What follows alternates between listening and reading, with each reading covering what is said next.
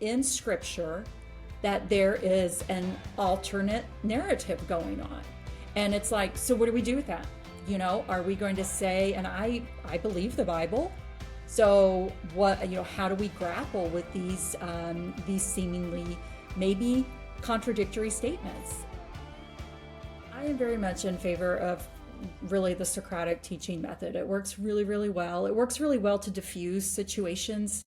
So when somebody comes to me and says, quotes 1 Timothy 2:12 at me, especially if it's in person, like if it's on social media or something. Yeah. But if they're in person and I'm like, wow, why do you think that verse means that women can't teach men anywhere at all time? Why do you think that? And then they're like, usually they have to start, well, because this is what, and they start getting into the Greek grammar if they're a seminary student or something such as that. And I'm like, oh, well, that's great. Well, then how do you apply that to what we see going on in Romans 16? And, it's just sort of this not challenging, not saying, well, you're wrong and stupid, although sometimes I do.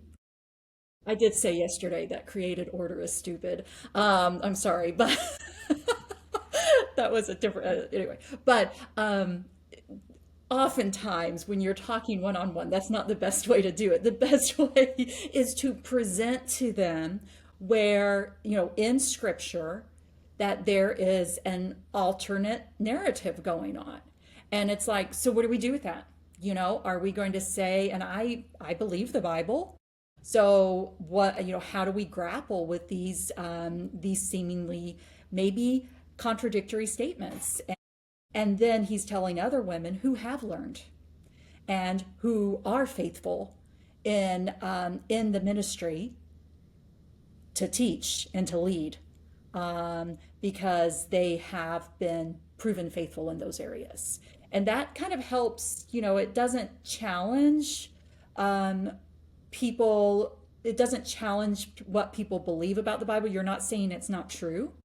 You're just simply saying maybe you're not seeing the whole picture, which is not allowing you to correctly interpret sections of it. So. Hey, it's Scott here.